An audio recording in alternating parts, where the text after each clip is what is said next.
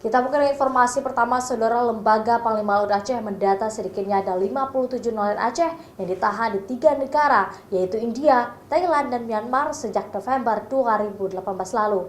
Sejauh ini belum ada informasi resmi yang diterima di lembaga ini terkait dengan upaya pemulangan dan diplomasi yang dilakukan oleh Kementerian Luar Negeri maupun Kementerian Kelautan dan Perikanan. Kondisi 57 nelayan Aceh yang ditahan di 3 negara tetangga Indonesia saat ini masih memprihatinkan.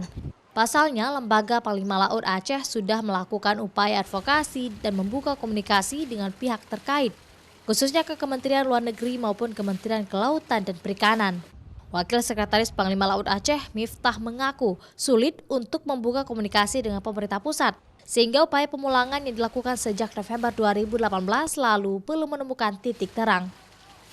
Penangkapan ke-57 nelayan Aceh ini terjadi karena kapal mereka diduga masuk ke dalam zona teritorial ketiga negara itu, yaitu India, Thailand, dan Myanmar. Selama ini Yayasan Panglima Laut Aceh mengakui belum pernah mendapatkan kabar tentang nelayan Aceh yang ditahan di India sejak Maret 2019. Sedangkan kondisi nelayan di kedua negara lainnya sudah diketahui dari pihak KBRI di sana.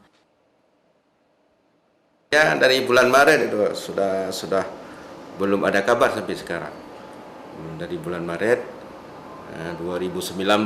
Selain lewat surat, kita belum mencobanya. Sudah pernah kita mencoba menghubungi tapi tidak terhubung, baik dengan Kemenlu maupun dengan KKP kan.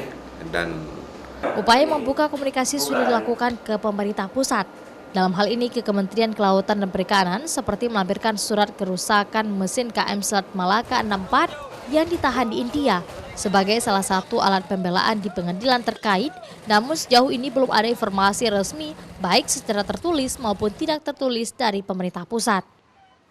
Pihak keluarga nelayan juga mengeluh karena tidak mendapatkan kabar dari suami mereka yang sudah ditinggal setahun lebih.